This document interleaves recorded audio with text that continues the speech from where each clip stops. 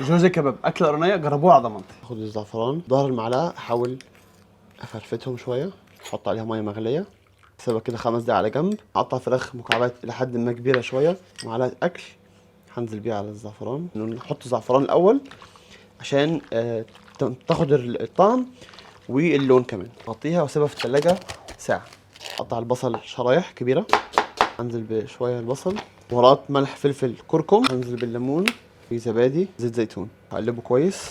فراخ انا هسيبها ساعه، بس طبعا لو سبتوها يوم كامل هيبقى احسن واحسن. يا جماعه حطهم في السياخ، هدخلها الفرن على اعلى درجه حراره وهولع الشوايه من فوق. هسيح شويه زبده، احط عليها معلقه زعفران هنا على الفراخ في الفرن عشان تفضل طريه ويديها طعم. شويه ليمون، هسيح شويه زبده مع الزرشك. الزرشك بالايراني بالانجليزي بربري، معرفش صح لو ليه اسم عربي ولا لا يعني. هنزل عليه بالميه الزعفران، هنزل برز بسمتي مطبوخ اوريدي بقى 8 دقايق في الفرن بالميكس بتاع الزبده والليمون. هدهنها بيها عشان ايه تفضل طريه وما تنشفش من بره.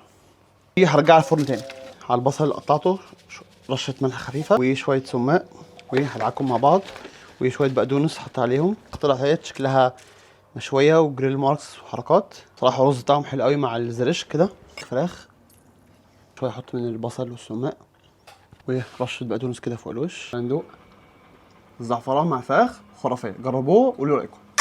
دن.